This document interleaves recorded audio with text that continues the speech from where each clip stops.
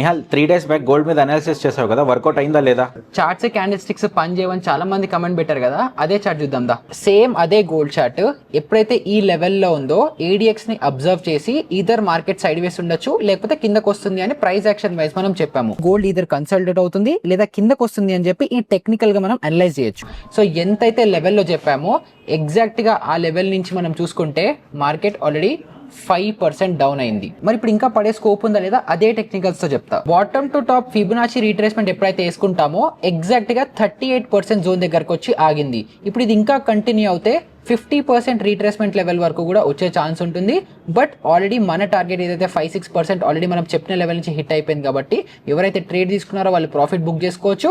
ఎవరైతే ఇన్వెస్టర్స్ ఉన్నారో వాళ్ళు ఈ లెవెల్కి వస్తుందా లేదా అని చెప్పి నెక్స్ట్ ఫాలో అప్ క్యాండిల్ కోసం వరకు హోల్డ్ చేయొచ్చు. ఒక్క విషయం గుర్తుపెట్టుకోండి, గోల్డ్ దేని వల్లైనా మూవ్ అవ్వచ్చు. మార్కెట్ న్యూస్ అవ్వచ్చు, గ్లోబల్ అన్సర్టనిటీ అవ్వచ్చు, దేని వల్ల అయినా సరే ప్రైస్ చార్ట్లో కనిపిస్తుంది. అండ్ ప్రైస్ యాక్షన్ నేర్చుకుంటే అదొక్కటి చాలు. మళ్ళీ చెప్తున్నాను, గుర్తుపెట్టుకోండి, ప్రైస్ యాక్షన్ ఈస్ కింగ్.